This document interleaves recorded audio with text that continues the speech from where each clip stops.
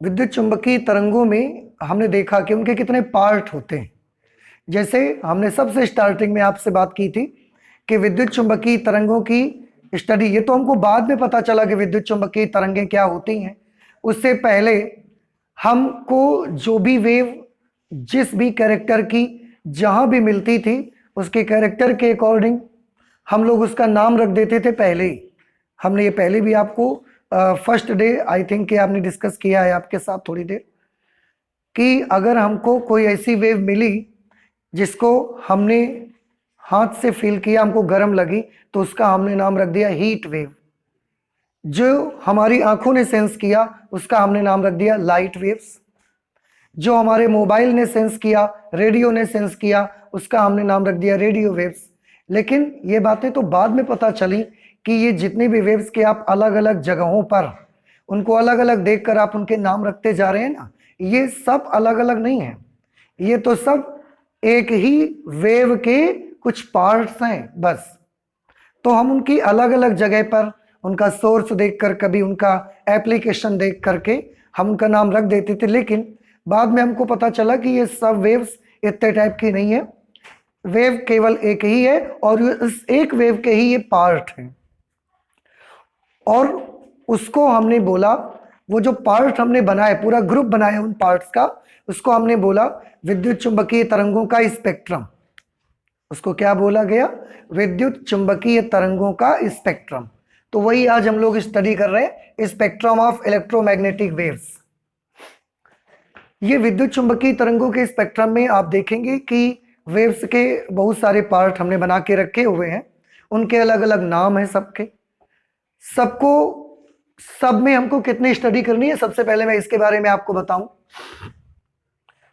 जितनी भी हमारे पास वेव्स अवेलेबल हैं उनमें सबसे पहले हम उनका तरंग का नाम देखेंगे कि उनका नाम क्या होगा प्रॉपर।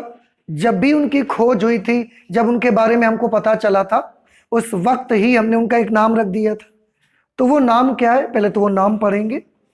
इसके बाद उनका आवृत्ति का परिसर क्या है, उनका फ्रीक्वेंसी का रेंज क्या है, ये हम पढ़ेंगे फ्रीक्वेंसी। और ये फ्रीक्वेंसी हम जो नापेंगे वो हर्ट्ज में मेजर करेंगे। जो भी आप पढ़ेंगे उसके पीछे हर्ट्ज लगा लिया करेंगे। इसके बाद हम उनकी वेवलेंथ का परिसर देखेंगे, तरंग दैर्ध्य, कि उनकी तरंग दैर्ध्य किस रेंज की होती है। इसके बाद सोर्स देखेंगे। सोर्स का मतलब ये कि वो जो तरंगे हैं क्या हम अपने नेचर में उनको उत्पन्न कर सकते हैं। अगर हम नेचर में उनको उत्पन्न कर सकते हैं तो कैसे, उसके लिए क्या सोर्स लगाना पड़ेगा हमको, ये देखेंगे। उसके बाद हम एक पार्ट पढ़ेंगे, इसका नाम होगा संसूचन। संसूचन मतलब डिटेक्शन, कि अगर वो वेव हमारे नेचर में यहां कहीं पर भी है तो हमको कैसे पता लगेगा कि ये वेव यहां पर है। जैसे लाइट वेव आती है तो कैसे पता लगता है, आंखों को, आंखों से हम समझ जाते हैं कि लाइट वेव यहां पर आ रही है। लेकिन अगर कहीं से हीट वेव आती है तो क्या आपकी आंखें उसको समझ जाती हैं? नहीं समझती। तो उसका डिटेक्शन हम एक दूसरी चीज से करते हैं, दैट इज आवर स्किन। हमारी स्किन में हीट वेव्स लगती हैं और हमको पता लग जाता है, आंखें तो नहीं जान पाती ना, तो हम उसका डिटेक्शन अपनी स्किन से करते हैं। अगर कहीं से मोबाइल वाली तरंगें आ रही हैं, रेडियो वेव्स आ रही हैं, मोबाइल वाली वेव्स आ रही हैं, तो आपको कैसे पता चलेगा? ना तो हमको दिखती हैं, ना हमारी बॉडी पे इफेक्ट करती हैं, तो हमको तो नहीं पता चलेगा। तो वो कौन पता बताएगा हमको कि मोबाइल की वेव्स आ रही हैं? मोबाइल बताएगा। मोबाइल बताएगा कैसे? घंटी बजेगी उसकी, हमको पता चलेगा यहाँ पर क्या आई, कोई वेव आई जिसने मोबाइल की अंदर लगे इलेक्ट्रॉन को हिलाया और उससे बेल बज रही है। तो इस तरह से हमने हर चीज का अलग अलग सेंसर बनाया, डिटेक्शन कर रहे हैं कि कोई भी तरंग आएगी, अगर हमारी बॉडी में क्षमता है कि उस तरंग को पहचान लेगी तो हमारी बॉडी पहचान लेगी, हम जान जाएंगे, ठीक है। लेकिन अगर हमारी बॉडी इसके लिए एबल नहीं है, उस तरंग को पहचानने के लिए, उसको रिकॉग्नाइज करने के लिए एबल नहीं है, तो हमको किसी दूसरे डिटेक्टर की मदद लेनी पड़ेगी ना। जैसे मोबाइल वाली वेव्स को हमारी बॉडी नहीं पहचान पाती, तो हम किसकी हेल्प से उसको पहचानते हैं? मोबाइल लेते हैं उसके लिए। मोबाइल की घंटी बजती है, हम जान जाते हैं कि मोबाइल से रिलेटेड वेव यहां पर आ रही है, तो हम डिटेक्शन देखेंगे उसका कि कैसे पता लगेगा कि कोई वेव यहां पर आ रही है। इसके बाद उसका अनुप्रयोग देखेंगे, हम उसके एप्लीकेशन करेंगे कि ये जो वेव आती है, ये वेव का यूज क्या है।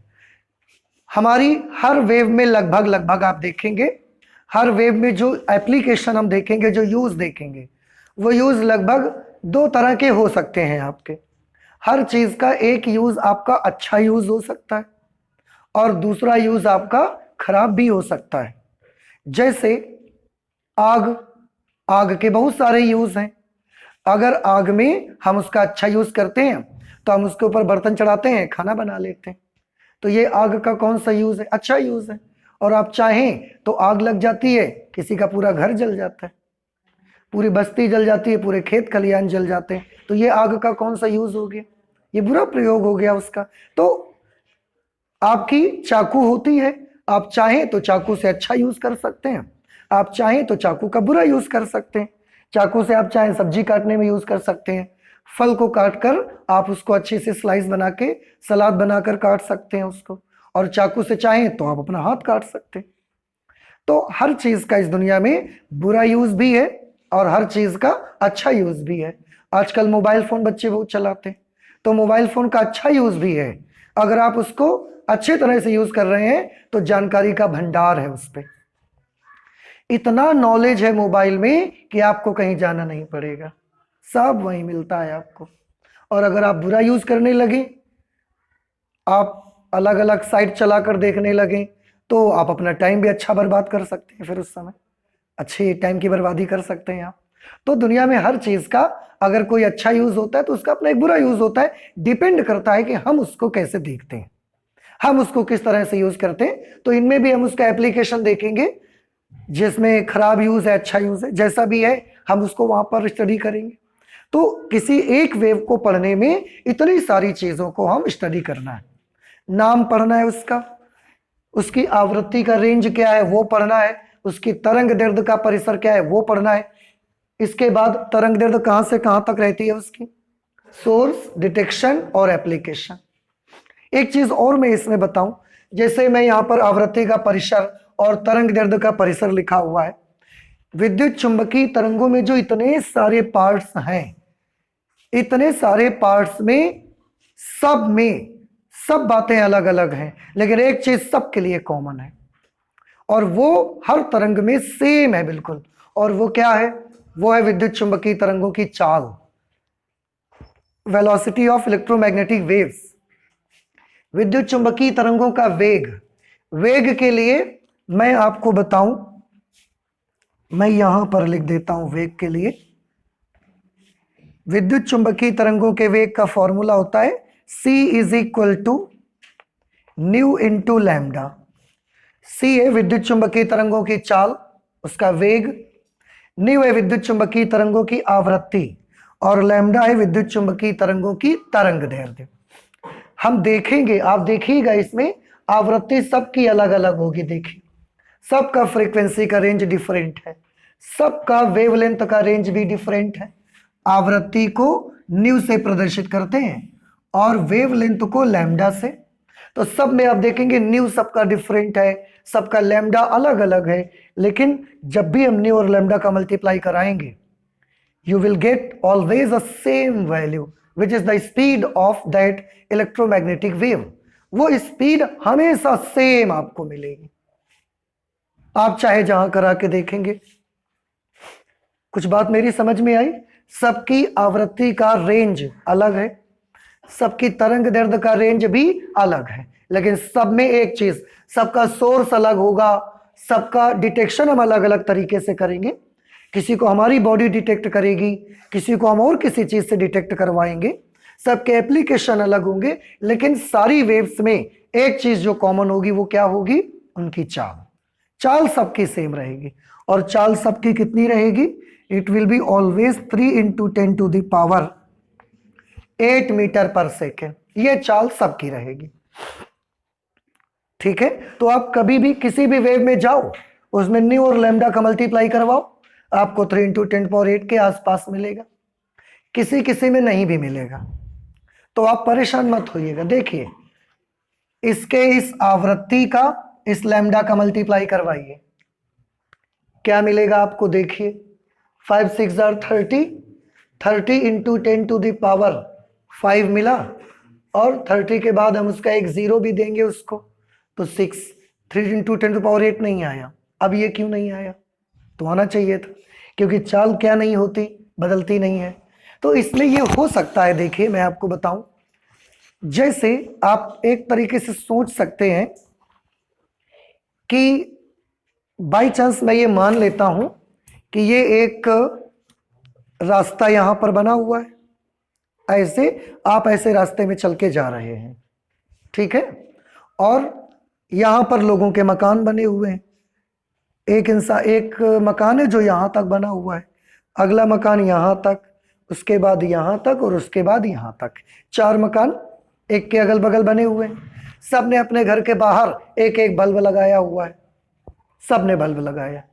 अब जब आप रात के टाइम में, शाम के टाइम में जब अंधेला हो जाता है, वहां से निकलते हैं, सब ने अपने घर का बल्ब जला के रखा है बाहर का। अब अगर सब ने बल्ब जला के रखा है, तो जो मकान यहां तक है, क्या आपको क्या लगता है कि उसने अगर अपने घर का बल्ब जला के रखा है तो उसकी लाइट सिर्फ यहीं तक फैलेगी? उसकी लाइट दूसरे बगल वाले मकान के सामने तक आ सकती है थोड़ी, और इसकी लाइट उसके मकान तक जा सकती है, सामने तक उसके। तो जब आप निकलते हैं तो क्या आप वहां पर रास्ते में कोई लाइन ऐसा बना सकते हैं, कोई पाला ऐसा बना सकते हैं कि इस मकान में जो बल्ब लगा है उसकी लाइट बस यहीं तक है? ऐसा आप नहीं लगा सकते। और बगल में जाइए, इस मकान की लाइट दूसरे वाले मकान के सामने गली तक जा सकती है, उसकी इधर तक आ सकती है, इसकी उधर तक, उसकी इधर तक आ सकती है।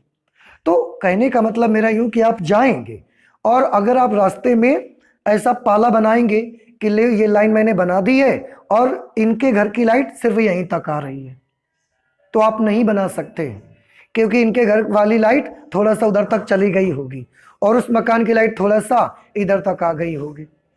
क्लियर कट पाला आप नहीं बना सकते। वैसे ही विद्युत चुंबकीय तरंगों में भी है।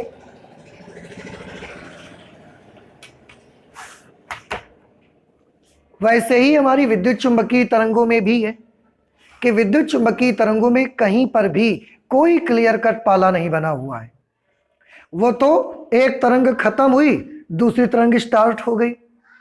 एक तरंग पूरी तरीके से खत्म नहीं हो पाती, दूसरी यहां से स्टार्ट हो जाती है। तो ये तरंग जब यहां डिम पड़ने लगती है, वहीं से दूसरी का क्या हो जाता है, स्टार्ट। तो अब जब ऐसे स्टार्ट हो रही हैं, तो आप पाला कहां बनाओगे? आप पाला नहीं बना सकते, आप लाइन नहीं बना सकते। तो ऐसे ही एक वेव के बाद दूसरी वेव के बीच में कोई क्लियर कट पाला नहीं बना हुआ है कि इसके इधर गामा रेज रहेंगी और इसके इधर एक्स रेज रहेंगे, ऐसा कुछ नहीं है। हमने अपने हिसाब से लाइन बना ली है, हमने अपने अकॉर्डिंग लाइन बना ली, और उसको बोलते हैं कि ये वाली गामा रेज है और ये वाली एक्स रेज है, ये हमने बनाया है। जैसे जब नेचर ने पृथ्वी को बनाया, भगवान ने पृथ्वी को बनाया, तो भगवान ने पृथ्वी में कोई पाला बनाया कि ये एक लाइन बनी हुई है, इसके इधर हिंदुस्तान रहेगा और इसके इधर पाकिस्तान रहेगा। पृथ्वी पर कोई लाइन बनी थी? नहीं बनी। किसने बनाई? हम सब लोगों ने बनाई। तो ऐसे ही स्पेक्ट्रम में भी कोई क्लियर कट लाइन नहीं है। एक का स्पेक्ट्रम अगर यहां से यहां तक फैला हुआ है तो दूसरी का यहीं से स्टार्ट होगा, ऐसा नहीं है। दूसरे का ओवरलैप कर सकता है। इसका यहां खत्म होने वाला है यहां पर, लेकिन दूसरे का यहां से नहीं, दूसरे का यहीं से शुरुआत हो गई उसकी। तो ये खत्म नहीं हो पाया, दूसरा स्टार्ट हो गया। कभी कभी रेडियो में, टेलीविजन में गाने आते हैं, आप सुनते होंगे, एक गाना खत्म नहीं हो पाता अच्छे से, दूसरा उसी में फिट हो जाता है, आप जान भी नहीं पाते कब दूसरा गाना चालू हो गया। तो कोई क्लियर कट पाला नहीं है उसके बीच में, इसलिए ये चीज आपको हो सकती है, ये प्रॉब्लम आपको हो सकती है। अदरवाइज अगर फिक्स क्वांटिटी का हम आवृत्ति ले लें, उसकी तरंग दैर्ध्य ले लें, तो दोनों का मल्टीप्लिकेशन कितना आ जाएगा, 3 × 10⁸ आना ही चाहिए उसको, क्योंकि सभी विद्युत चुंबकीय तरंगों में चाल सबकी एक ही है बिल्कुल। आपके जितने ये नाम लिखे सबकी स्पीड सेम है, बिल्कुल स्पीड अलग अलग नहीं है। तो ये हमने बना लिया है कि 5 इंटू 10⁻20 से 3 इंटू 10⁻19 हर्ट्ज तक गामा किरणों की फ्रीक्वेंसी रहेगी। उसके बाद 3 इंटू 10⁻19 से 1 इंटू 10⁻16 तक एक्स किरणों की आवृत्ति रहेगी। तो ये हमने पाला बना दिया है, वहां कोई ऐसा क्लियर नहीं है कुछ भी, इसलिए वो थोड़ी सी प्रॉब्लम आपको हो सकती है। अदरवाइज चाल कभी नहीं बदलेगी, चाल सब तरंगों की सेम रहेगी। और एक चीज मैं पहले ही बता दूं आपको, अधिकतर जगहों पर आप देखेंगे जहां से इसका ये कंप्लीट हुआ वहां से अगला क्या होगा, स्टार्ट होगा। अधिकतर जगहों पर ऐसा होगा। ऐसे ही यहां पर आप देख सकते हैं, आगे जाके थोड़ा डिस्टरबेंस आएगा, पर अब आप समझ रहे हैं वो डिस्टरबेंस क्यों आएगा। क्यों डिस्टरबेंस आएगा? क्योंकि किन्हीं भी दो तरंगों के बीच कोई क्लियर कट पाला नहीं है, इसलिए हम उसको जहां जो हमको समझ आता है वहां से हम उसकी रेंज बनाते हैं इसको। और एक चीज मैं क्लियर करना चाहता हूं, उसके बाद आते हैं इस पर। एक चीज ये क्लियर करना चाहते हैं कि जब आप ऊपर से नीचे चलेंगे इस पे, तो आवृत्ति घटते हुए क्रम में है। ये जो तरंगे हमने यहां पर रखी हुई हैं सब ये आवृत्ति का घटता हुआ क्रम है। ऊपर देखिए 5 × 10⁻20, that is a very high frequency, और नीचे आने के बाद 60 बस। तो फ्रीक्वेंसी का क्या हो गया, देखिए घट रही है। तो जब आप ऊपर से नीचे आएंगे तो फ्रीक्वेंसी क्या हो रही है, लगातार घटते जा रही है, डिक्रीज हो रही है। और तरंग दैर्ध्य क्या हो रही है, तरंग दैर्ध्य बढ़ रही है।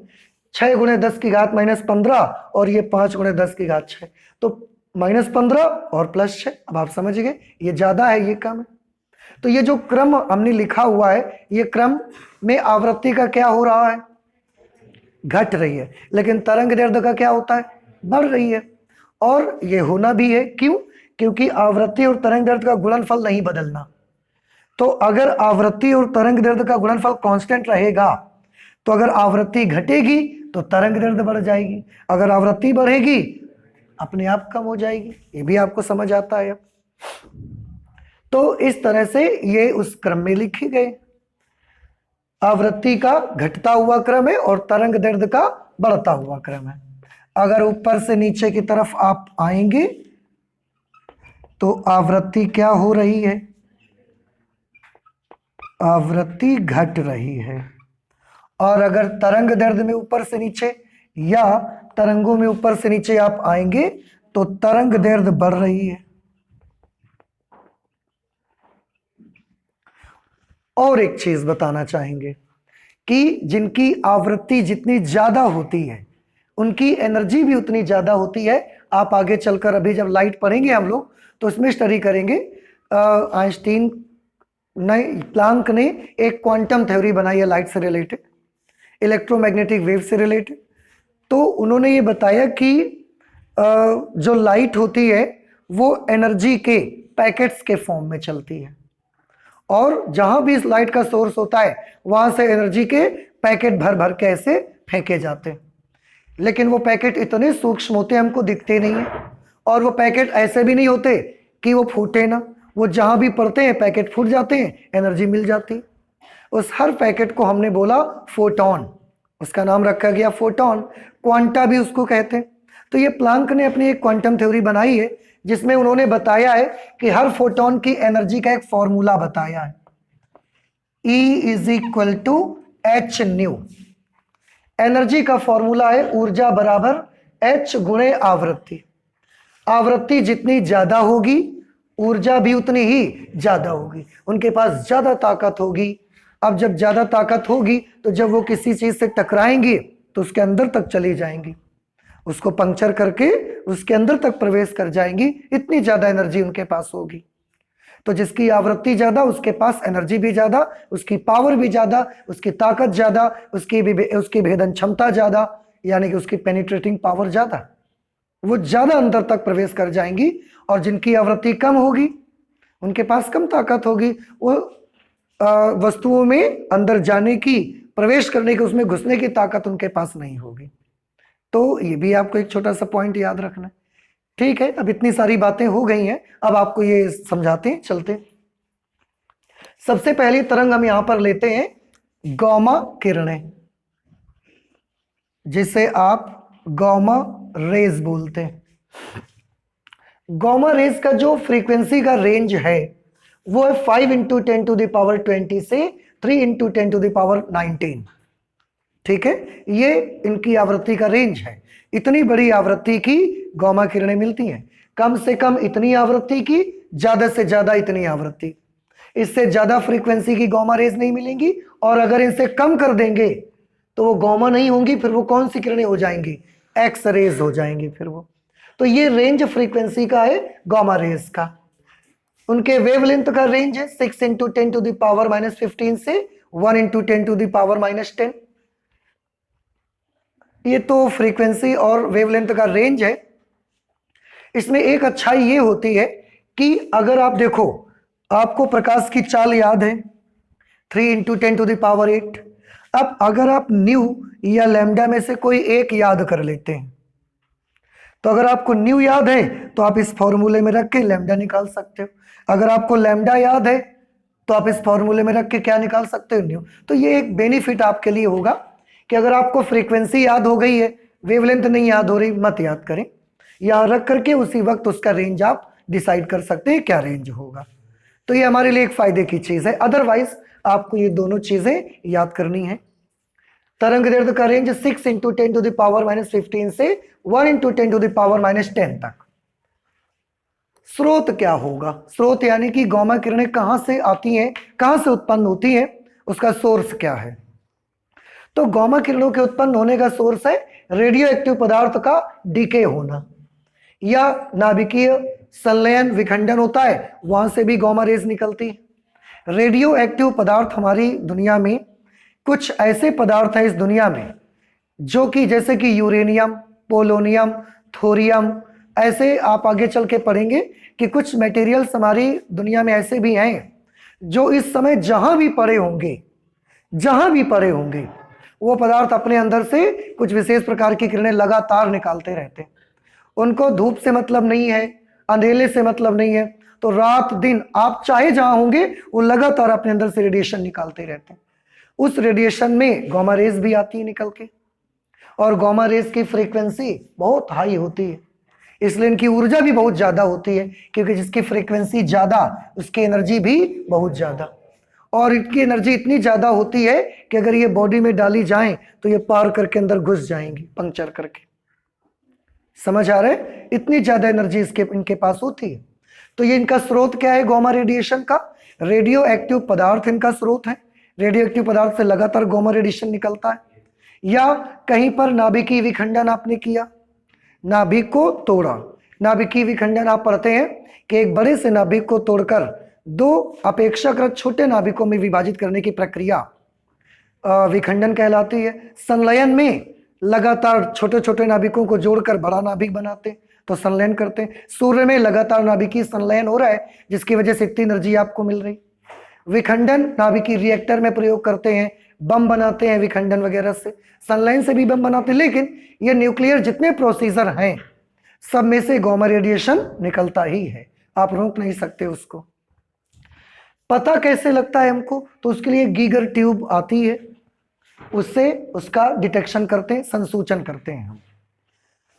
अनुप्रयोग क्या है? परमाणुओं की संरचना की जानकारी करते हैं हम। इसकी हेल्प से परमाणुओं की संरचना के बारे में जानकारी लेते हैं, नॉलेज लेते हैं। न सिर्फ परमाणुओं, और भी बहुत अच्छे अच्छे यूज हैं। देखिए, गामा रेडिएशन को हमको पता चला कि इसकी फ्रीक्वेंसी बहुत ज्यादा है, तो इसकी एनर्जी भी बहुत ज्यादा होगी। अगर एनर्जी बहुत ज्यादा होगी तो फिर क्या होगा? एनर्जी ज्यादा होने से चीजों को पंक्चर करके अंदर घुस जाया करेंगी। अब इनके अंदर घुस जाने का गुण हमने अच्छी जगह पे भी यूज किया और बुरी जगह पर भी यूज किया। कैसे? थोड़ा ध्यान से सुनिए।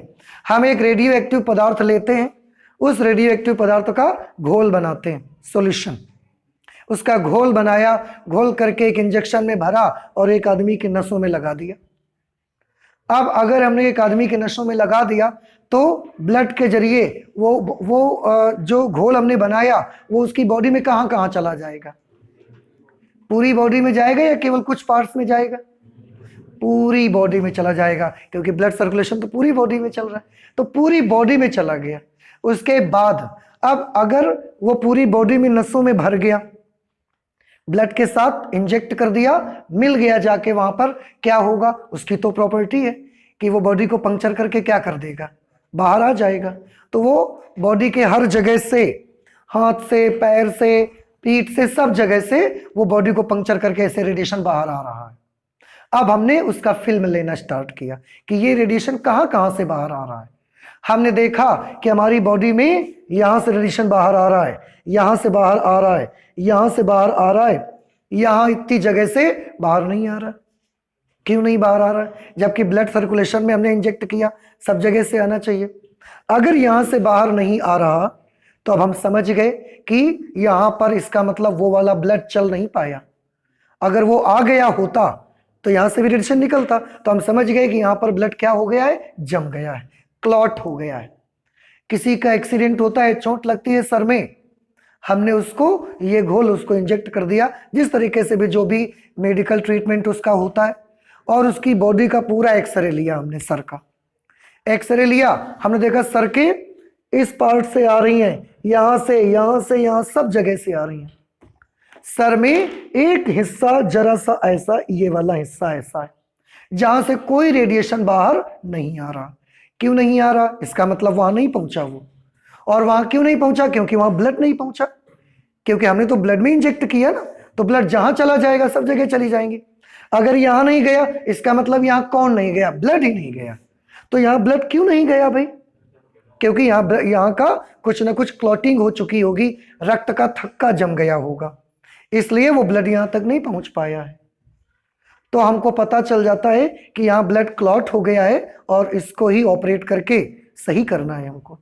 तो इतना अच्छा यूज देखिए, समझ में आया कुछ आपको? और किस चीज का यूज है कि वो हमारी बॉडी को पंक्चर करके अंदर घुस जाती हैं। उस बात का प्रयोग हमने अच्छी जगह पर कर लिया। बुरी जगह पर कैसे उपयोग किया? बुरी जगह पर आप इसका उपयोग ऐसे कर सकते हैं कि बहुत सारा रेडियो एक्टिव मटेरियल हमने लिया, रेडियो एक्टिव पदार्थ हमने लिया, और उसको कुछ भी करके गए एरोप्लेन से और एक शहर के ऊपर जाकर फैला दिया। उसको ज्यादा मात्रा में हमने एक्सेस में उसको फैला दिया। अगर ज्यादा मात्रा में फैला देंगे, अब वो मटेरियल जाएगा नीचे, जितने भी लोग वहां पर होंगे उन सब की बॉडी में तो वो क्या हो जाएगा? घुस जाएगा, लोकेलिटी में सब जगह जा जाकर, और वो मटेरियल इतना फैल गया कि सबकी बॉडी के अंदर चला गया। अब क्योंकि वो अधिक मात्रा में था, बॉडी के अंदर चला गया, तो वो हमारी बॉडी को हार्मफुल होगा, वो हमारी बॉडी को नुकसान करेगा। अगर नुकसान करेगा तो वहां की पूरी ह्यूमैनिटी ही खत्म हो गई। तो ये क्या बना दिया हमने? बम बना दिया। तो कहां यूज कर लिया? बुरी जगह पर। बॉडी के अंदर घुस जाने के दो प्रयोग किए देखो हमने, एक अच्छी जगह पर और एक बुरी जगह पर भी यूज कर लिया। समझ आ रहा है कुछ आपको? तो ये गामा रेडिएशन का एप्लीकेशन है हमारा। अभी गामा रेडिएशन समझ में आई आपको? अच्छा, इसके बाद अगली लेते हैं एक्स किरणें। एक्स रेज जो होती हैं, एक्स रेज का आवृत्ति परिसर, जहां से ये कंप्लीट होती थी, खत्म होती थी, वहां से ये स्टार्ट होती। इनका आवृत्ति का रेंज 3 × 10⁻19 से 1 × 10⁻16 तक होता है, इनका फ्रीक्वेंसी का रेंज। मेनली आपको ये 2-3 चीजें ज्यादा पढ़नी है, और उसमें भी सोर्स क्या है और एप्लीकेशन क्या है। डिटेक्शन के बारे में तो डिटेक्शन भी आपको पढ़ना है, हालांकि अच्छा है। रेंज तो आपको याद ही करनी पड़ेगी भाई, और उसका मैंने एक आसान तरीका बताया कि कोई एक चीज याद कर लो इन दोनों में से, और इस फॉर्मूले में रख के दूसरा आप कभी भी ज्ञात कर सकते हो। ठीक है, थोड़ा बहुत इधर उधर होगा, कम ज्यादा होगा, वो चलता है, ऐसा कोई प्रॉब्लम नहीं है, क्योंकि अभी मैंने बताया इनके बीच कोई क्लियर कट पाला नहीं बना हुआ है। तो एक्स रेज का आवृत्त तरंग दैर्ध्य का रेंज क्या है? ये 1 × 10⁻⁸ से 3 × 10⁻⁻10 से 3 × 10⁻⁸ तक होती हैं। इतने मीटर। तरंग दैर्ध्य को हम हमेशा किस में लिख रहे हैं? मीटर में लिख रहे हैं। स्रोत क्या है? एक्स किरणों को कैसे उत्पन्न करते हैं? एक्स किरणों को उत्पन्न करने का हमारा स्रोत यह है कि खूब सारे इलेक्ट्रॉन्स को दौड़ाइए, इलेक्ट्रॉन्स को दौड़ाइए और बड़ी तेज स्पीड में दौड़ाइए। उनकी स्पीड बहुत हाई होनी चाहिए। कितनी हाई? तो कम से कम हम उन पर 10,000 20,000 वोल्टेज लगाते हैं। एक प्लेट यहां बनाई, एक प्लेट यहां बनाई। इसको हमने पॉजिटिव वोल्टेज दिया, इसको नेगेटिव वोल्टेज दिया। 20,000 वोल्ट, 20,000 वोल्ट, इतना हाई वोल्टेज। ये पॉजिटिव है, ये नेगेटिव है। तो इस प्लेट से इलेक्ट्रॉन निकलेंगे और इलेक्ट्रॉन के पास कैसा चार्ज होता है? माइनस। वो माइनस को ये प्लस क्या कर लेगा? आकर्षित। तो ये सारे इलेक्ट्रॉन्स खींच के ऐसे आएंगे और 20,000 वोल्ट हमने लगाया है, बड़ी जोर से आएंगे। इतनी तेज आएंगे, बहुत तेज स्पीड उनकी होगी। अब वो बहुत तेज स्पीड का हम यूज करेंगे और उनके सामने एक हैवी मेटल लगा देंगे, भारी धातु लगा देंगे, भारी पदार्थ का प्रयोग करेंगे। भारी पदार्थ जैसे मोलिब्डेनियम है, टंगस्टन है, ऐसी चीज का यूज करेंगे। मोलिब्डेनियम लगा दिया हमने और ऐसा इलेक्ट्रॉन बड़ी जोर से चल के आ रहे थे। जब ये इससे आके टकराए तो उनके पास बहुत एनर्जी थी, एनर्जी से टकराए। उस एनर्जी से टकराने से उनकी एनर्जी क्या हो गई? खत्म। लेकिन एनर्जी तो नष्ट नहीं होती, तो उस ऊर्जा का क्या होगा? उनकी ऊर्जा का कुछ पार्ट, बहुत बड़ा पार्ट नहीं, लेकिन कुछ पार्ट हम देखते हैं एक्स रेज में कन्वर्ट हो जाता है और वहां से एक्स किरणें हमको मिलने लगती हैं, जिनकी आवृत्ति गामा से कम रहती है, लेकिन तरंग दैर्ध्य गामा से थोड़ी ज्यादा रहा करती है। तरंग दैर्ध्य का बढ़ता क्रम है ना ये, इसलिए। तो ऐसे हम उत्पन्न करते हैं एक्स रेज। समझ आया कुछ आपको? 0.02% पार्ट केवल एक्स रेज में कन्वर्ट होता है, बाकी 99.8% के आसपास पार्ट जो होता है वो हीट में कन्वर्ट हो जाता है। तो पदार्थ बहुत गर्म हो जाता है। अब जितनी एनर्जी लेके आए उनमें से 0.2% केवल एक्स रे बन पाई, बाकी टकराने से जो ऊर्जा मिली उससे ये गुटका गर्म हो गया, टुकड़ा बहुत गर्म हो जाता है। इतना गर्म हो सकता है कि ये मेल्ट हो सकता है और गल के टपक सकता है, चू जाएगा फिर ये। तो उसके लिए हम और व्यवस्थाएं करते हैं। उसके लिए कौन सी व्यवस्थाएं करते हैं कि पीछे से हम ठंडा पानी उसमें बहाते रहते। ये एक्स किरण नलिका एक बनी थी, कूलिज नलिका भी उसको कहा जाता है। प्रोफेसर रॉन्जन ने इसके बारे में बताया, इसकी खोज की हुई थी। तो उन्होंने पूरी अरेंजमेंट करी थी इसको खोज करने के लिए। लेकिन इनका स्रोत क्या है, कैसे उत्पन्न होती हैं? तो आंसर है इलेक्ट्रॉनों का अचानक रिटार्डेशन करवाते हैं। बहुत तेज गति से चल रहे होंगे इलेक्ट्रॉन, उनके सामने हैवी मेटल लगा देंगे और टकराएंगी, एक्स किरणें बन जाएंगी। ऐसे हम उसको बनाते। संसूचन कैसे होता है? फोटोग्राफिक फिल्म आती है, आपने देखा होगा। किसी के अगर बॉडी का एक्सरे आपने देखा हो तो वो जो एक बड़ी सी फिल्म आती है, चौकोर, आयताकार, वर्गाकार, वो एक देखी है आपने कभी, ब्लैक कलर की, उसको हम बोलते हैं फोटोग्राफिक फिल्म।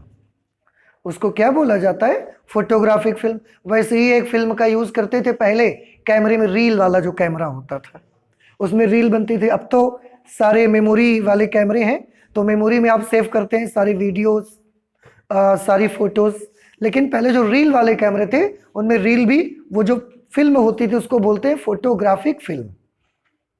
तो हम क्या देखते हैं कि एक्स किरणें हमने फोटोग्राफिक फिल्म ली, फोटोग्राफिक फिल्म पैक है बिल्कुल, उसको हमने लिया और उसमें अगर कहीं से भी एक्स किरणें पड़ जाएंगी तो वो फोटोग्राफिक फिल्म में अगर एक्स किरणें पड़ जाएंगी, फिर उसको आप बाद में निकाल के देखोगे उसमें स्पॉट आ जाएगा, धब्बा बन जाएगा। तो हमको पता चल जाएगा, क्योंकि फोटोग्राफिक फिल्म को प्रभावित कौन करता है? एक्स किरणें। तो हमको पता चल जाएगा कि यहां पर एक्स किरणें आ रही हैं। तो अगर यहां पर एक्स रेज आ रही कि नहीं आ रही है पता लगाना है तो आप क्या करिए? फोटोग्राफिक फिल्म लाइए, उसको लगा दीजिए, थोड़ी देर बाद उसको खोल के देखिए, अगर उसमें कोई स्पॉट आ गया है, धब्बा आ गया है, देन वी विल अंडरस्टैंड कि यहां पर एक्स रेज आई थी। ठीक है, ये उनका डिटेक्शन है। अनुप्रयोग क्या है? अनुप्रयोग बहुत अच्छा है इसका। मेडिकल ट्रीटमेंट में हम इसको प्रयोग करते हैं। एक्सरे लेने में, किसी की हड्डी में टूट फूट हो गई है तो बॉडी का वो पार्ट स्वेलिंग आ गई उस पर, और हमको ये पता लगाना है कि इसमें क्या हुआ है, कहीं हड्डी तो नहीं टूट गई है, तो हम उसका एक्सरे लेते हैं। एक्सरे लेने में क्या करते हैं? एक्सरेज जो आपकी होती हैं, आपने देखा होगा, अगर किसी का भी एक्सरे आपके सामने हुआ है या आपको पता है उसके बारे में, तो जब एक्सरे होता है, अगर आपके हाथ का एक्सरे हुआ कभी, तो हाथ को ऐसा रखवाते हैं, नीचे एक फिल्म लगाते हैं पैक, बिल्कुल। किसी का हुआ है आप में से? नहीं हुआ? भगवान करे कभी ना कराने की जरूरत पड़े, लेकिन अगर कभी देखा हो आपने, तो नीचे एक फिल्म लगाते हैं वो लोग, ऊपर आपका मशीन में ऐसा हाथ रखवाते हैं, ऊपर से एक बल्ब टाइप का होता है, उससे रेज आती है नीचे, किरणें, और वो किरणें आती हैं एक्स किरणें। तो जब वो ऐसा आती हैं तो वो पूरी फोटोग्राफिक प्लेट पर पड़ती हैं। अब पूरी फोटोग्राफिक प्लेट पर पड़ती है, लेकिन उसी बीच में हमारा क्या रखा हुआ है? हाथ। उन एक्सरेज में इतनी पावर होती, इतनी ताकत होती है कि वो हमारी स्किन को, मांस को पार कर जाती है, लेकिन हड्डी को पार नहीं कर पाती। तो जब हड्डी को पार नहीं कर पाती और फोटोग्राफिक फिल्म में हमने एक्स किरणें डाल दिया, तो वो पूरी फिल्म कैसी हो जाएगी? ब्लैक कलर की हो जाएगी। लेकिन जहां पर हमारा हाथ रखा है, जहां पर हमारी बोन्स हैं, वो वाला पार्ट ब्लैक नहीं हो पाएगा। भाई एक्स किरणें किसको प्रभावित करती हैं? फोटोग्राफिक फिल्म को प्रभावित करती है ना।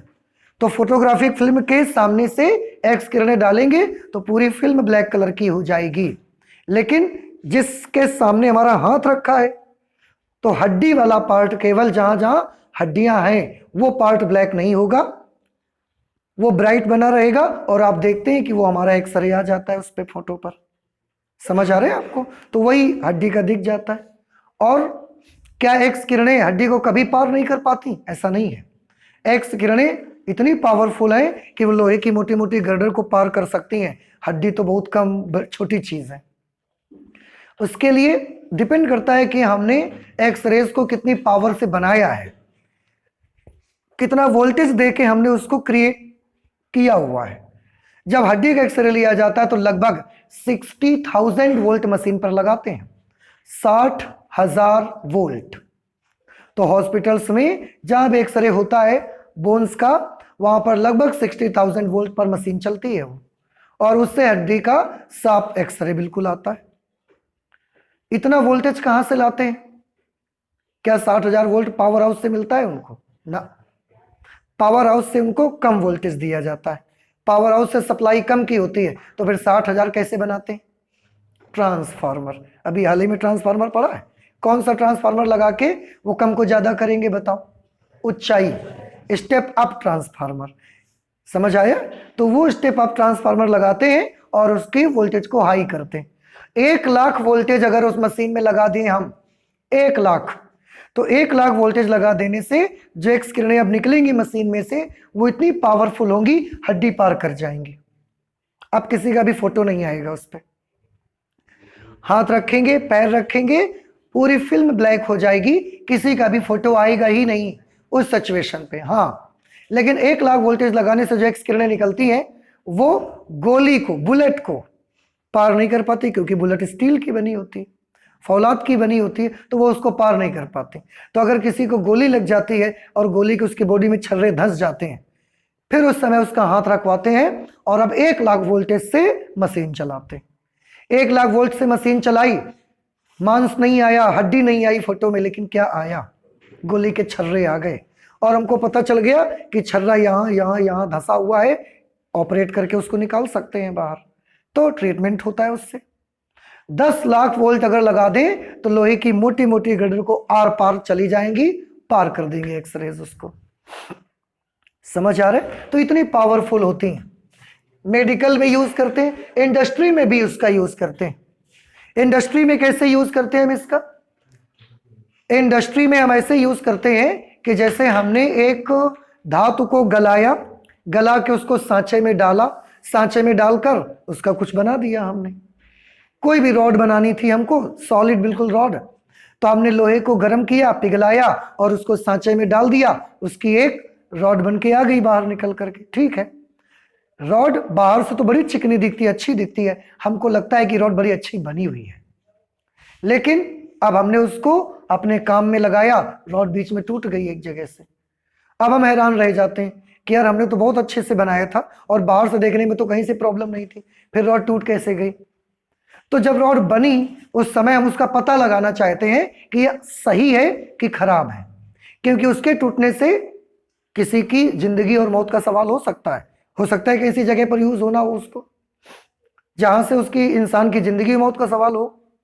तो हम सेफ्टी के लिए 100% मानक अपने अच्छे रखना चाहते हैं, हम उससे समझौता नहीं करना चाहते। तो जब वो सेफ्ट बन के आई, रॉड बन के आई, उसके बाद हमने उस पर एक्सरेज डाली, 10 लाख वोल्टेज लगाया, एक्सरेज डाली, एक्सरेज पूरी रॉड पर हमने उस पर डाल दिया और उसका फिल्म ले लिया। हमने फिल्म ले लिया तो हमको क्या पता चलेगा? हमको पता ये चलेगा कि बाहर से तो अच्छी थी, अगर अंदर किसी जगह पर मटेरियल अच्छे से बॉन्डिंग नहीं हो पाई होगी उसकी मटेरियल की, तो वहां पर एयर पार्टिकल होंगे। अगर एयर पार्टिकल होंगे तो वो 10 लाख वोल्ट से जो किरणें निकली हैं वो वहां से पार होकर फिल्म तक पहुंच जाएंगी और वो पोर्शन क्या कर देंगी? डार्क कर देंगी।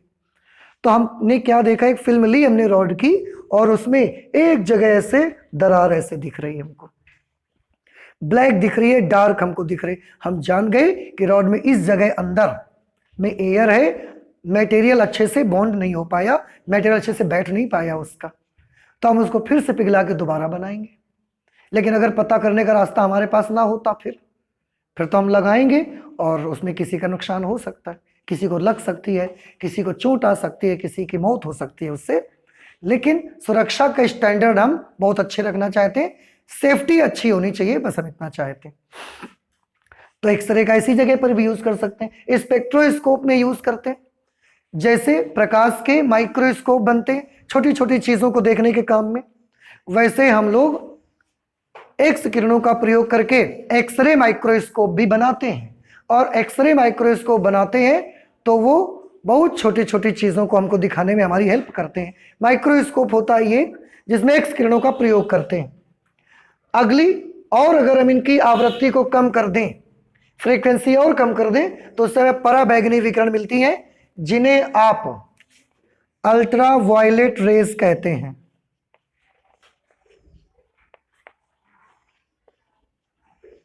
और इन्हें शॉर्ट में यूवी रेज भी कहा जाता है। आपने शायद कहीं सुना हो यूवी रेज का नाम। अधिकतर जितने भी आपकी ब्यूटी प्रोडक्ट्स आते हैं, क्रीम वगैरह आती हैं जो कि धूप में निकलते समय यूज करने के लिए आती हैं, उन सब में आपने देखा होगा लिखा होता है UV protected. UV protected means ultra violet protection उसमें होता है। यूवी रेज जो होती है इनकी फ्रीक्वेंसी 1 × 10⁻16 से 8 × 10⁻14, ये दोनों आपको याद करने हैं। एक याद कर लो, दूसरा आप निकाल सकते हो। तरंग दैर्ध्य 3 × 10⁻8 से 4 × 10⁻7 तक होता है। आवृत्ति इनकी भी ज्यादा होती है, इनकी फ्रीक्वेंसी ज्यादा होती है, एनर्जी इनकी ज्यादा होती है, और ये हमारी बॉडी के लिए हार्मफुल है, ये हमारी बॉडी के लिए नुकसानदायक होते हैं। स्रोत क्या है, कैसे ये अल्ट्रा वायलेट रेज कैसे बन सकती हैं, पराबैंगनी विकिरण को कैसे उत्पन्न किया जा सकता है? तो आंसर है परमाणुओं के उत्तेजन से। परमाणुओं का उत्तेजन कैसे करते हैं? तो हम एक निर्वात नलिका लेते हैं, एक ट्यूब लेते हैं ग्लास की जिसके अंदर निर्वात हो, उसके अंदर की हवा हम वैक्यूम पंप से निकाल देते हैं, बिल्कुल उसको हिंदी में चूषक पंप कहते हैं। तो उसके अंदर की हवा पूरी हम उस चूषक पंप से चूस लेते हैं, यानी कि बाहर कर देते हैं, वैक्यूम क्रिएट हो गया। उसके अंदर हम 2 प्लेट्स लगाते हैं, उनमें बाहर से वोल्टेज देते हैं। अब अंदर अगर हमने कोई एटम भरा, कोई पदार्थ हमने उस प्रॉपर एक मटेरियल के एलिमेंट के एटम्स हमने डाल दिए उस पर, तो जब हम इलेक्ट्रिसिटी फ्लो करेंगे तो उसमें जब हम वोल्टेज लगाएंगे तो इलेक्ट्रॉन ऐसे चल के जाता है, एटम से बड़ी जोर से टकराता है। एटम से टकराता है तो इलेक्ट्रॉन की ऊर्जा एटम को मिल जाती है।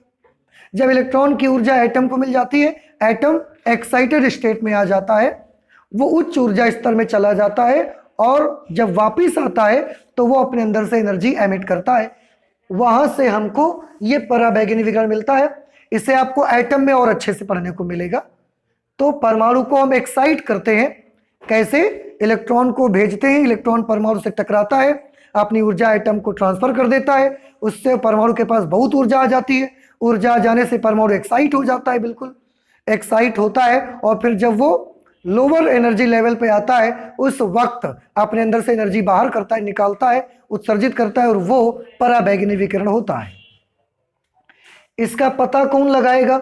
हमारी बॉडी नहीं पता लगा सकती, हमारी बॉडी में इतनी क्षमता नहीं है। इसका पता लगाने के लिए कौन सी? एक पीएन संधि आप पढ़ोगे आगे चलकर, इलेक्ट्रॉनिक डिवाइसेस का एक लेशन है, वहां पर पीएन जंक्शन डायोड पढ़ने को मिलेगा। तो ये पीएन संधि का प्रयोग करते हैं, जब उस पर हम ये डालते हैं तो उससे हमको पता लगता है, डिटेक्शन होता है उससे। फोटोग्राफिक फिल्म भी इसका पता लगा के बताती है हमको। अनुप्रयोग क्या है? कीटाणुनाशक के रूप में हम इसका यूज करते हैं। कीटाणुनाशक, कीटाणुओं को मार देती है ये, जर्म्स को किल कर देती है ये। तो जर्म्स को किल कर देती है, इसका हमने अच्छा यूज किया। देखिए कैसे हमने क्या किया कि पानी हमने रख दिया, 2 दिन तक 3 दिन तक उसको धूप में रखा रहने दिया। जब 2-3 दिन तक धूप में रखा रहने देंगे तो सूर्य के प्रकाश में पराबैंगनी विकिरण आता है। अगर ये पराबैंगनी विकिरण आएगा, पानी में पड़ेगा, पानी में जितने जर्म्स होंगे, जितने कीटाणु होंगे, वो क्या हो जाएंगे? मर जाएंगे। इसके बाद हम उसको, उस पानी को फिल्टर कर लेंगे, और फिल्टर करने के बाद उसको पी सकते हैं। तो पीने योग्य बना सकते हैं हम उस पानी को। इस तरह से हम कीटाणुनाशक के रूप में यूज करते हैं। आपको जो म्यूनिसिपल सिस्टम जो पानी सप्लाई करते हैं, जहां बड़े शहरों में म्यूनिसिपल का जो पानी आता है, वो लोग यही यूज करते हैं। कैसे? नदियों से वो लोग पानी ले लेते हैं, और बहुत बड़े बड़े तालाब बना के रखे उन्होंने पक्के, उसमें वो पानी पहले भर देते हैं, 2 दिन 4 दिन तक उसको खुला छोड़ देते हैं। तो धूप में आने से उनके जर्म्स क्या हो जाते हैं? मर जाते हैं, कीटाणु मर जाते हैं। इसके बाद उस पानी को फिल्टर करते हैं। फिल्टर करने के बाद वही पानी शहरों में सप्लाई होता है, तो लोग उसको पीते हैं, फिल्टर करने में पीने योग्य बना लेते हैं। और यही काम तो आप भी करते हो अपने घरों में। अगर किसी के यहाँ पर पानी का फिल्टर लाते हैं आप, कुछ मशीन का नाम होता है, कोई मशीन अलग अलग है, एक्वागार्ड है, कोई मशीन केंट है, अलग अलग ऐड आते रहते हैं, आप देखा होगा। तो अगर आपने अपने घर में मशीन लगाई है पानी को फिल्टर करने की, तो आपने उसमें देखा होगा एक बल्ब जलता रहता है, एक बल्ब लगा हुआ है, और वो बल्ब से आप जानते हैं, उस बल्ब से पराबैंगनी विकिरण निकलता है। वो जो बल्ब लगा है उससे पराबैंगनी विकिरण निकलता है। वो जो पराबैंगनी विकिरण आता है, उस पराबैंगनी विकिरण को पानी में पड़ता है, पानी से कीटाणु मर जाते हैं। कीटाणु मरने के बाद उस पानी को कहां लिए जाते हैं? फिल्टर पे। तो उसको छान लेते हैं, फिल्टर कर लेते हैं उसको अच्छे से। फिल्टर करने के बाद भी कभी कभी पानी में कुछ दुर्गंध बनी रहती है, तो उस दुर्गंध को हटाने के लिए फिर उसमें एक पदार्थ आता है, चारकोल। चारकोल लगा होता है ब्लैक कलर का, चारकोल से उस पानी को ले जाते हैं। तो चारकोल वो जो बदबूदार स्मेल होती है, खराब स्मेल होती है, उस स्मेल को, उस महक को वो एब्जॉर्ब कर लेता है, तो उसकी खराब वाली स्मेल भी खत्म हो जाती है। तो 3 चीजें आपकी वो जो पानी को फिल्टर करने की मशीन है लगी होती है। एक तो पराबैंगनी विकिरण देने वाला क्या लगा है? बल्ब। बल्ब क्या करता है? कीटाणुओं को मार देता है। इसके बाद दूसरी चीज क्या लगी हुई है? फिल्टर लगी हुई है। वो कीटाणुओं से मरे कीटाणु है, या जो भी उनमें गलत चीज है, अशुद्धि है, उसको वो छान देता है, उसको पीने योग्य बना देता है। उसके बाद भी अगर उसमें कुछ महक आ गई है, कुछ रह गया है, तो उसको फिर हम कहाँ ले जाते हैं? चारकोल से। तो ब्लैक कलर का चारकोल वो बुरी दुर्गंध को भी एब्जॉर्ब कर लेता है, और बड़ी आसानी से उसको पीने योग्य बना देता है। वही पानी आप लोग पीते। समझ आ रहे? तो हम घर में भी बड़े छोटे पैमाने पर भी ये वाला काम करते हैं। ठीक है, ये पराबैंगनी विकिरण। लेकिन ओजोन परत को भी इससे नुकसान होता है।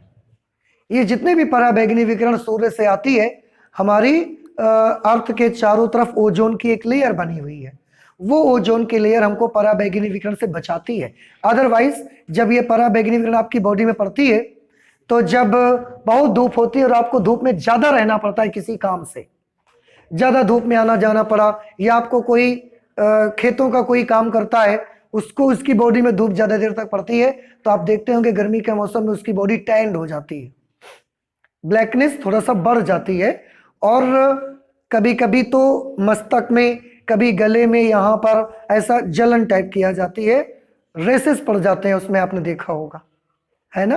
तो ऐसे बड़ी टाइट चमड़ी हो जाती है, स्किन हो जाती है और बड़ा अजीब सा फील होता है। वो किसकी वजह से है? वो पराबैंगनी विकिरण की वजह से ही होता है। तो देखो, ओजोन परत को हानि हो रही है, अगर ओजोन परत और हानि हो जाएगी तो पराबैंगनी विकिरण और ज्यादा नीचे आना स्टार्ट हो जाएगा, फिर आप धूप में नहीं निकल सकते, तो ये नुकसान भी है।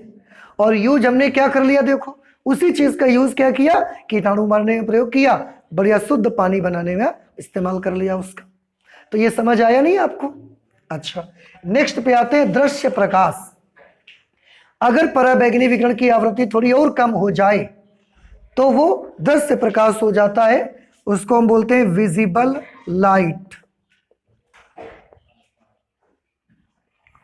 दृश्य प्रकाश, इसकी ये फ्रीक्वेंसी और ये वेवलेंथ। स्रोत क्या है? स्रोत इसका भी परमाणुओं को उत्तेजित करके ये भी बनाई जाती, बना सकते हैं। तो बल्ब वगैरह में जहां से लाइट आती है वहां पर एटम्स लगातार क्या किए जा रहे हैं? उत्तेजित किए जा रहे हैं। उत्तेजित किए जाने से वो हायर एनर्जी लेवल पे जाते हैं और जब वो वापस आ रहे होते हैं तो अपने अंदर से एनर्जी को एमिट करते हैं और वो प्रकाश के रूप में आपको मिलती है।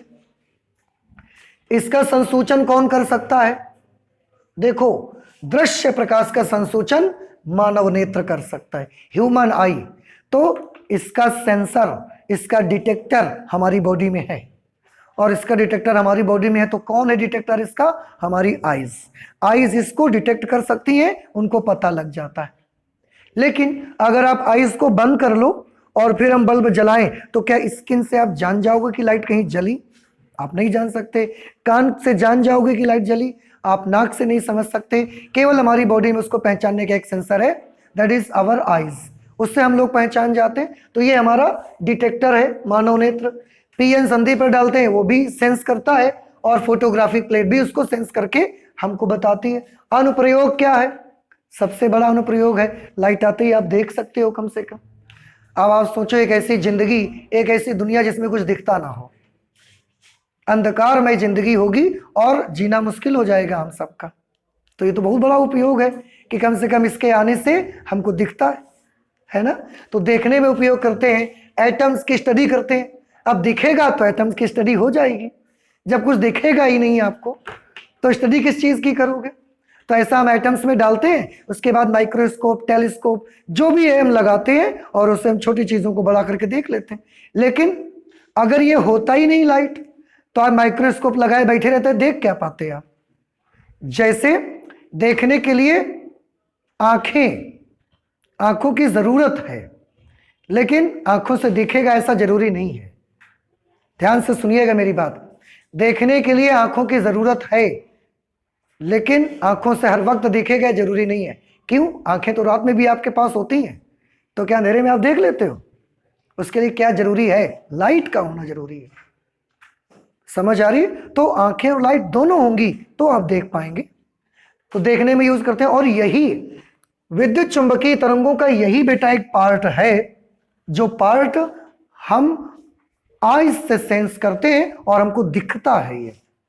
बाकी अगर तरंग आवृत्ति से थोड़ी ज्यादा हो जाए तो वो पराबैंगनी बन जाएंगी, हमको दिखना बंद हो जाएंगी। अगर थोड़ी कम हो जाए, अवरक्त विकिरण बन जाएंगी, हमको दिखना बंद हो जाएंगी। समझ आ रहा है आपको? बस वो वाला रेंज है।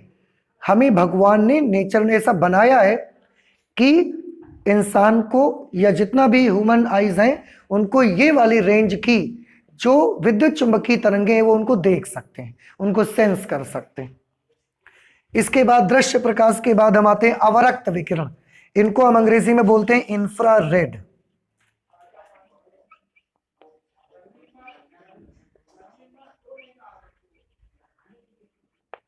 इंफ्रारेड रेडिएशन इसको बोला जाता है। इंफ्रारेड की ये फ्रीक्वेंसी है, ये वेवलेंथ, पढ़ लेना आप इनको। और इनका सोर्स क्या है? परमाणुओं और अणुओं के उत्तेजन से ये भी ऐसे ही बनती है। संसूचन, डिटेक्शन कौन करता है इनका? पीएन संधि। अब देखिए, इनकी आवृत्ति विजिबल लाइट से थोड़ी कम हो गई, हमारी आंखों को अब नहीं दिखेंगी। सेंस करना हमारी आंखों ने बंद कर दिया। अब उसके बाद इसका अनुप्रयोग कहां पर होता है? तो इसका उपयोग करते हैं रिमोट कंट्रोल में। रिमोट कंट्रोल आप सभी देखते हैं, ये कोई भी रिमोट आपके घर में, टेलीविजन का है, किसी चीज का रिमोट है, रिमोट के आगे आप देखेंगे ये एक बल्ब लगा होता है, ठीक है। अब रिमोट में बल्ब है, तो जैसे ही हम रिमोट की बटन को ऐसा दबाते हैं, इस बल्ब से इंफ्रारेड लाइट निकलती है, अवरक्त विकिरण यहां से निकलता है, अवरक्त विकिरण निकलता है और वो जाकर टेलीविजन में पड़ता है और उसके स्विच को ऑन कर देता है, और ये हमको दिखता नहीं है। तो ये तो अच्छा है कि हमको नहीं दिखता। अगर अवरक्त विकिरण की जगह पर रिमोट कंट्रोल में हमने प्रकाश का यूज किया होता, दृश्य प्रकाश का, फिर क्या प्रॉब्लम होती? हम जितनी बार रिमोट का बटन दबाते उतनी बार इससे लाइट ऐसा निकलती, फिर बंद होती, फिर निकलती, फिर बंद होती, फिर निकलती, फिर बंद होती। तो ये बड़ा डिस्टरबेंस क्रिएट होता हमको।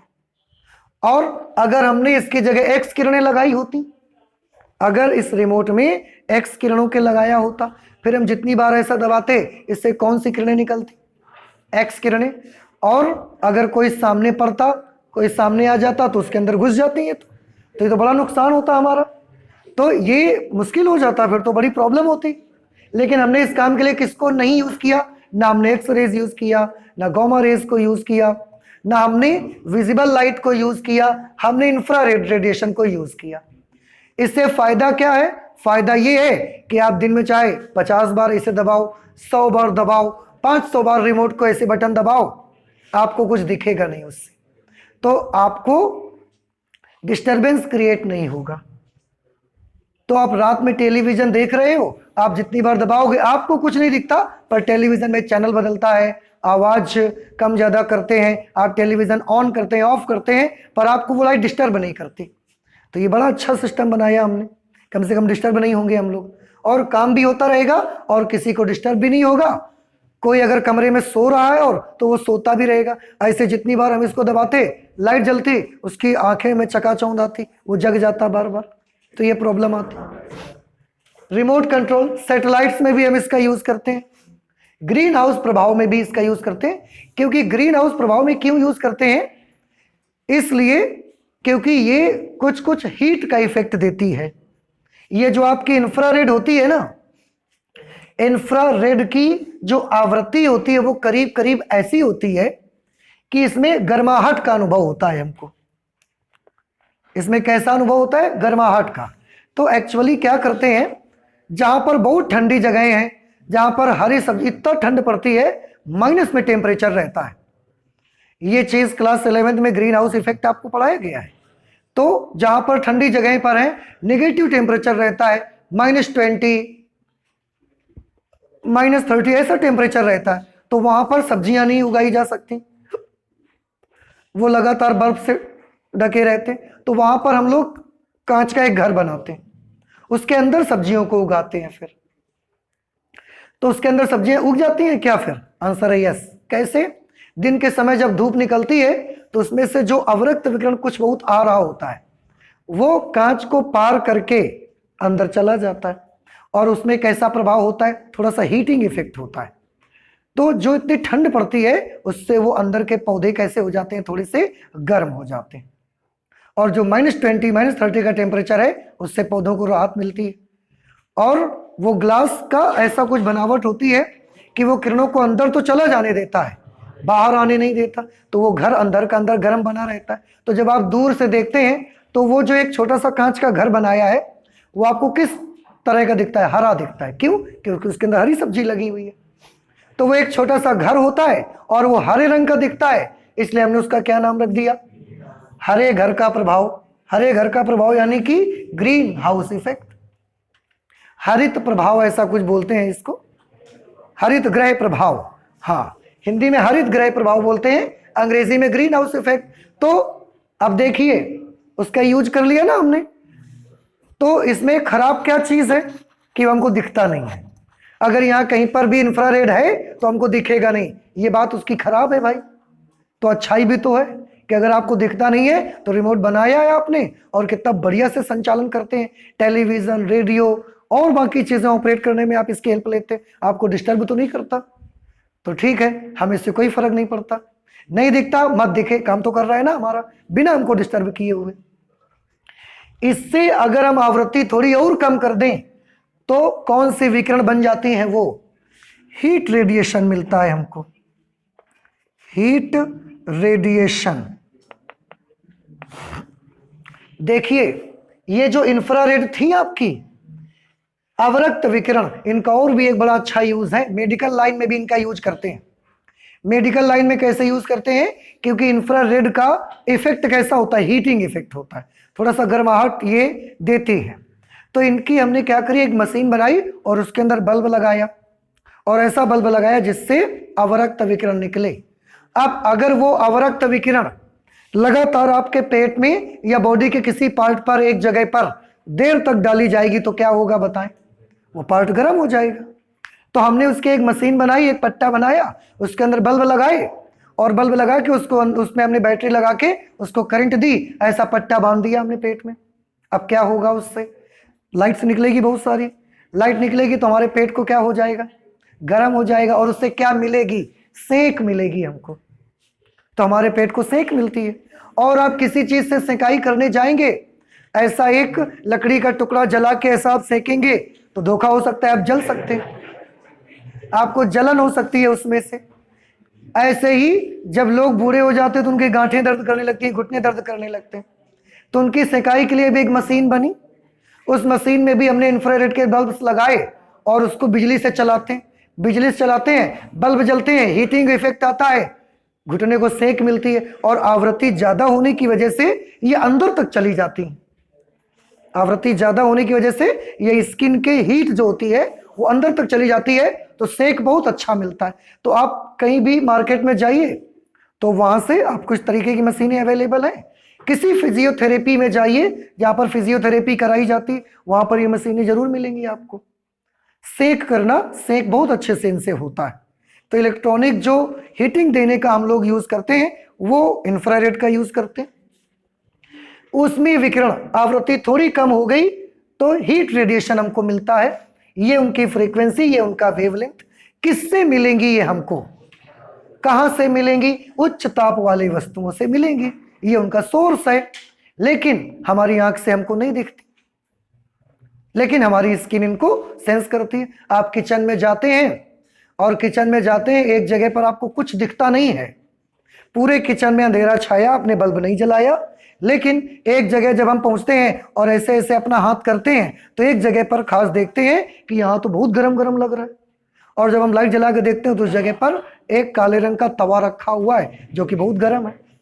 तो हीट रेडिएशन आपको आंखों से दिखा क्या, आपको दिखा नहीं तो आप देख तो नहीं पाए, लेकिन आप उसको क्या कर सकते हैं, सेंस कर सकते हैं। और उसको सेंस कौन कर सकता है, उसको हमारी बॉडी की स्किन सेंस कर सकती है। तो देखिए हमारी बॉडी किसको किसको सेंस कर सकती है, हमारी बॉडी पराबैंगनी विकिरण को भी सेंस कर सकती है और हमारी बॉडी यहां तक सेंस करती है। पराबैंगनी विकिरण पड़ने से क्या हुआ, घमौरियां निकल आई, रैशेस पड़ गए, बॉडी आपकी स्किन टैंड हो गई। दृश्य प्रकाश में का सेंसर आपकी बॉडी में है, आंखें, समझ गए आप। अवरक्त विकिरण, अवरक्त विकिरण ने क्या दिया, हीटिंग इफेक्ट, उसको भी आप समझ गए। हीट रेडिएशन से भी आपको क्या मिला, हीट मिला, और इसको भी आपकी बॉडी समझ गई। लेकिन अगर इनका आवृत्ति का परिसर पराबैंगनी से ऊपर का हो जाए फिर हमारी बॉडी सेंस नहीं कर सकती, किसी तरह से सेंस नहीं कर सकते, ना स्किन से, ना आइस से, ना ईयर्स से, ना नोज से, ना टंग से, किसी चीज से आप सेंस नहीं कर सकते। और इधर हीट रेडिएशन से नीचे अगर आ जाओ तो भी आपकी बॉडी में इसका सेंसर नहीं है।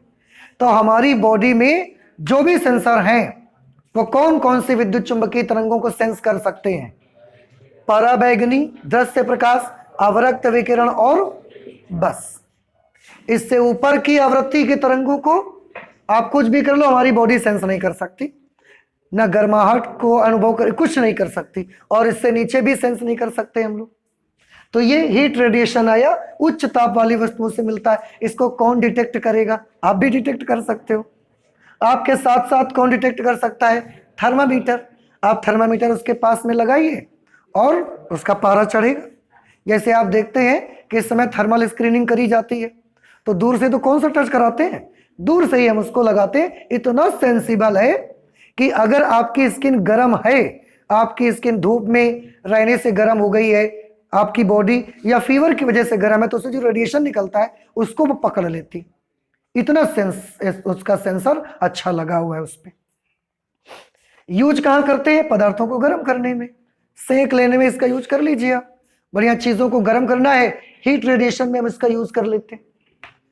ठीक है, किसी भी चीज को गर्म करने के लिए हम इसका प्रयोग करेंगे, हीट रेडिएशन को। ये तो कोई कठिन नहीं है, आप समझ गए होंगे। इसके बाद सूक्ष्म तरंगे। सूक्ष्म तरंगों को अंग्रेजी में कहा जाता है माइक्रोवेव्स। क्या बोलते हैं इसको? माइक्रोवेव्स। ये फ्रीक्वेंसी, ये उसका तरंग दैर्ध्य। सोर्स क्या है माइक्रोवेव्स का? विशिष्ट निर्वात नलिका में वैद्युत धारा के दोलन। फिर से निर्वात नलिका लेते हैं और उसके अंदर इलेक्ट्रिक करंट के ऑसिलेशन करवाते हैं। हाँ, दोलन करवाते हैं। उस दोलन से ही ये माइक्रो तरंगे उत्पन्न होती हैं, सूक्ष्म तरंगे। और जिस डिवाइस में ये काम करते हैं उसका नाम होता है मैग्नेट्रॉन। उस यंत्र का क्या नाम होता है? उस यंत्र का, उस डिवाइस का नाम होता है मैग्नेट्रॉन। तो मैग्नेट्रॉन में निर्वात नलिका के भीतर वैद्युत धारा का दोलन करवाते हैं, ऑसिलेशन करते हैं, और उससे सूक्ष्म तरंगे उत्पन्न होती हैं। सूक्ष्म तरंगों का यूज का संसूचन कैसे करते हैं? कैसे पता लगता है कि कहीं माइक्रोवेव्स आई? ट्यूनिंग परिपथ भी यूज करते हैं। ट्यूनिंग परिपथ कौन सा परिपथ होता था? LCR सीरीज सर्किट आपका, इसको ट्यूनिंग सर्किट भी तो कहते थे मेरे ख्याल से। तो उसका यूज करते हैं, या PN जंक्शन भी इसको डिटेक्ट करके बता सकती है आपको। अनुप्रयोग कहां पर है? सबसे इंपॉर्टेंट इसका अनुप्रयोग है राडार में, इसका यूज करते हैं। राडार का फुल फॉर्म होता है radio detection and ranging.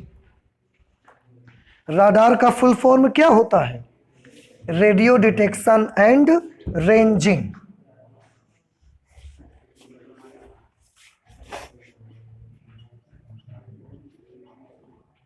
Radar होता है रेडियो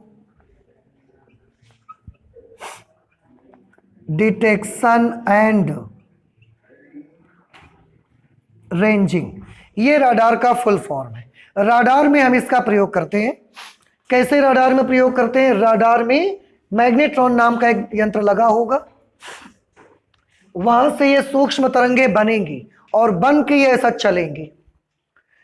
ऐसा जब बन के ऐसा चल के जाती है सीधी, बिल्कुल, इनमें एक बड़ी अच्छी क्वालिटी होती है कि ये फैलती नहीं है ऐसे लाइट के जैसे। जैसे जब आप टॉर्च जलाते हो तो लाइट ऐसे फैलती है, टॉर्च की आपने देखा होगा। तो जब लाइट ऐसे फैल जाती है, अब आप ही सोचिए, कोई चीज इतनी जगह से निकल रही है लेकिन आगे जाकर ये अगर फैल जाएगी तो वहां दूर जाकर इसकी चमक, इसकी तीव्रता कैसी हो जाएगी? कम पड़ जाएगी। लेकिन एक चीज है जो ऐसे इतनी जगह से निकलती है और ऐसे ही बराबर चली जाती है, तो उसकी तीव्रता, उसकी एनर्जी कम नहीं होगी फिर। तो माइक्रोवेव्स में ये एक बड़ी अच्छी बात है। तो राडार में हम इसका प्रयोग कैसे करते हैं? देखिए, राडार में हम प्रयोग ऐसे करते हैं कि हमने एक टावर बना के रखा है रडार लगा के। रडार में मैग्नेट्रॉन है, वो सूक्ष्म तरंगे बनाता है। वहां से हमने सूक्ष्म तरंगे भेजी, चारों दिशाओं में सूक्ष्म तरंगे हमने फैला दी। अब हमने क्या देखा? एक जगह से सूक्ष्म तरंगे वापस भी आ गई। इसका मतलब वो गई और कहीं से टकरा के वापस आई, उनको हमने रिसीव किया। रिसीव करके उनकी ऊर्जा पता लगाई, सारा कुछ उनके बारे में हमने पता लगाया और देखा कि हमको कुछ जानकारी देती है। क्या जानकारी देती है? आपको जानकारी देंगी कि ये जिससे टकरा के आई है वो एक एरोप्लेन है, और एरोप्लेन से टकरा के आई है तो वो एरोप्लेन कितनी दूर है, कितनी देर में यहां तक आ जाएगा, किधर जा रहा है, हर कुछ आपको ये बता सकती हैं। इतना ज्यादा अच्छा उपयोग है इसका। तो radar, radio detection and ranging, एक ऐसा डिवाइस है जो सूक्ष्म तरंगों को यहां से भेजता है। वो किसी भी चीज से टकराती हैं, एरोप्लेन से टकराती हैं, टकरा के फिर वापस आती हैं, और रिसीव भी करते हैं हम उसको। और उससे हम बहुत सारी बातें पता लगाते हैं। बहुत सारी बातें ये पता लगाते हैं कि जो एरोप्लेन है वो किधर जा रहा है, हमसे दूर जा रहा है कि हमारे पास आ रहा है, कितनी दूर है हम ये पता लगा लेते हैं, कितनी स्पीड में चल रहा है ये भी पता लगा लेते हैं। इतनी सारी चीजें जानकारी हम राडार से लेते हैं। तो राडार एरोप्लेन में भी लगा होता है और राडार ये जो एरोप्लेन के स्टेशन होते हैं यहां भी लगा रहता है। तब तो आप देखिए एरोप्लेन कहीं पर भी होता है पर हर पल की जानकारी पायलट को भी रहेगी और हर पल की जानकारी जो स्टेशन में बैठे रहते हैं लोग, जो टेक्नीशियन बैठे रहते हैं उनको भी जानकारी रहेगी, कंट्रोल करते रहते हैं एक दूसरे की हेल्प से वहां पर वो। तो राडार में इसका प्रयोग करते हैं। ये क्वेश्चन बड़ा इंपॉर्टेंट है, 1 नंबर पे पूछा जाता है इस क्वेश्चन को कि राडार में कौन सी तरंगों का उपयोग होता है, बताएं कौन सी तरंगों का उपयोग होता है। तो राडार में सूक्ष्म तरंगों का उपयोग होता है। ठीक है, उल्टा भी पूछते हैं सूक्ष्म तरंगों का उपयोग कहां होता है, राडार में होता है।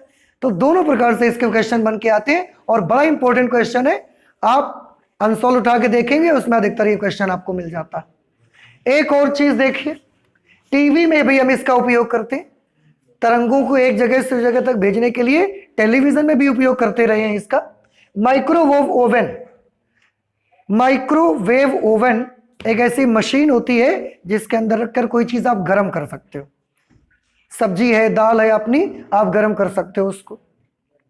तो इसमें ऐसा क्यों हो जाता है, देखिए मैं आपको बताऊं। सूक्ष्म तरंगों का जो तरंग दैर्ध्य होती है, ध्यान से सुनिएगा मेरी बात, सूक्ष्म तरंगों की जो तरंग दैर्ध्य होती है ये पानी के अणुओं की तरंग दैर्ध्य, पानी के अणुओं के साइज के बराबर होती है। क्या बताया मैंने, सूक्ष्म तरंगों की तरंग दैर्ध्य लगभग पानी के अणुओं के साइज के बराबर होती है। तो जब सूक्ष्म तरंगे हम पानी में डालते हैं तो वो तरंगे जाकर के पानी के अणु से टकराती हैं। देखो अगर इनकी तरंग दैर्ध्य ज्यादा होती तो क्या होता, तरंग दैर्ध्य ज्यादा होती तो ये ऐसे ऐसे आती और इसको पार करके निकल जाती, कुछ नहीं करती इसको।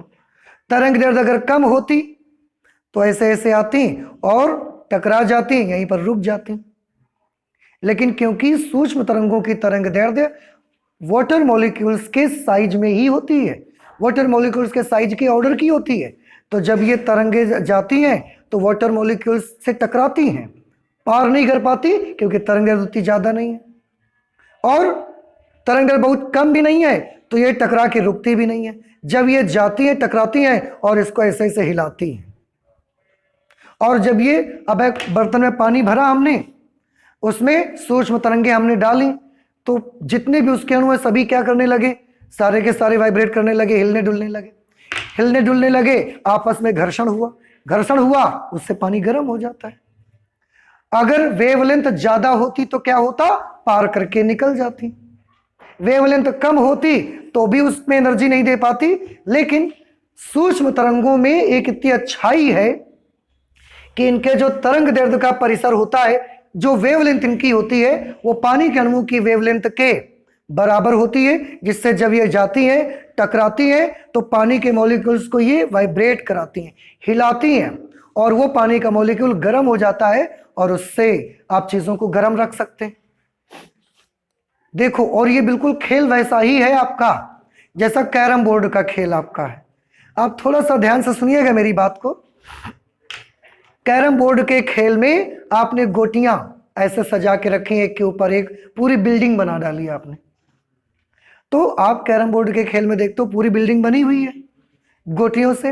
अब हम उसमें से स्ट्राइकर को ऐसा मारते हैं, तो जब आप बहुत तेज मार देते हैं तो वो गोटी से जाके नीचे वाली गोटी से टकराता है, नीचे वाली गोटी निकल जाती है, बिल्डिंग वैसे ही खड़ी रहती है। देखा आपने कभी? तो क्यों नहीं हटा? क्योंकि आपने बहुत तेजी से मारा, ज्यादा एनर्जी दे दी। तो अगर एनर्जी ज्यादा होती इनकी तो ये पानी के अणु से टकराती नहीं, ये पानी को पार करके निकल जाती, एनर्जी नहीं दे पाती उनको। अगर कम होगी तो क्या होगा? कम होगा, स्ट्राइकर बड़ा धीरे से आपने मार दिया, गई बिल्डिंग में टकराई तो इतने धीमे टकराई कि वो गिरा ही नहीं पाए। तो कितनी एनर्जी होनी चाहिए कि बिल्डिंग गिरे? कम से थोड़ी ज्यादा, ना बहुत ज्यादा भी चाहिए, बहुत ज्यादा होने से क्या होगा, पार करके निकल जाएंगी, बिल्डिंग नहीं गिरेगी। बहुत कम होने से क्या होगा, टकराएंगी ही नहीं और फिर भी बिल्डिंग नहीं गिरेगी। तो एनर्जी न्यूनतम होनी चाहिए, जिससे जब वो जाए, वो स्ट्राइकर जाए और जाके इतनी जोर से मारे, बहुत जोर से मार के निकल मत जाए, जाए और यहां घुस के खड़ा हो जाए, ऐसे इतनी एनर्जी होनी चाहिए। अब जब ऐसा खड़ा हो जाएगा तो ये बिल्डिंग ऐसे खड़ी है, जब वो स्ट्राइकर जाके यहां रुक जाएगा तो बिल्डिंग ऐसे हो ही जाएगी। अब ऐसे हो जाएगी तो गिरेगी, उसको गिरना पड़ेगा। ऐसे ही माइक्रोवेव्स जो होती हैं, अगर हम बहुत बड़ी ऊर्जा वाली तरंगे यूज करते तो वो भी पानी को गर्म नहीं कर पाती, कम वाली यूज करते तो वो भी अणुओं को हिला नहीं पाती। सूक्ष्म तरंगों को हमने यूज किया, ये पानी के अणुओं को हिलाती हैं और वाटर को गर्म कर देती हैं।